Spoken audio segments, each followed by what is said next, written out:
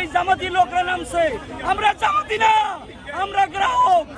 আমরা কোনো রাজনৈতিক ট্যাগ লাগাইতে দিবেন না। আপনারাও কোনো কারোর প্রয়োজন নাই এই কথা প্রচার করবেন না। এই জামাতি লোকরা নামছে। আমরা জামাতি না, আমরা গ্রাহক। আমাদের হৃদয়ের টানে, আমাদের অর্থের মমতায় আমরা রাজপথে নামছি।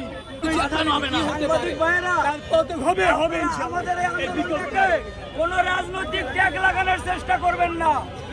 আমরা কোনো রাজনৈতিক দলের দালালি করি না। আমরা ইসলামী ব্যাংকের গ্রাহক। আমরা দেশের কোটি মুসলমানের প্রতিনিধিত্ব করছি। আমরা এই ঝরিয়া ভিত্তিক ইসলামী ব্যাংক বন্ধ হইতে দেব না। এ কারণে আমরা রাজপথে নামছি। পক্ষ থেকে চাপ দিয়ে এই রেজুলেশন ব্যাংকের ওয়েবসাইটে দিতে বাধ্য করা হয়েছে।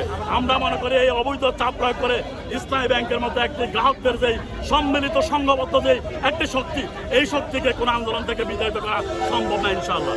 এবং খোরশেদ আলম, আপনাদেরকে বলে রাখতে হয়, খোরশেদ আলম ইসলামী ব্যাংকে যদি 10 মিনিট আমরা নিউজ পাচ্ছি খোরশেদ ইসলাম ব্যাংকে প্রবেশ করছে, আমরা 8 মিনিটের মধ্যে আমরা ইসলামী ব্যাংক তাকে ঘেরাও করে সেখান থেকে তাকে পদ থেকে বাধ্য করবে ইনশাআল্লাহ। তিনি অনলাইনে অনেক কিছু করতে পারে। কোনো ভালো মানুষ অপকর্মকারী ছাড়া এরকম অনলাইনে তার নৈতিক সৎসাহস থাকলে তিনি সরাসরি ভোট মিটিং করতেন, তিনি অনলাইনে করতেন না।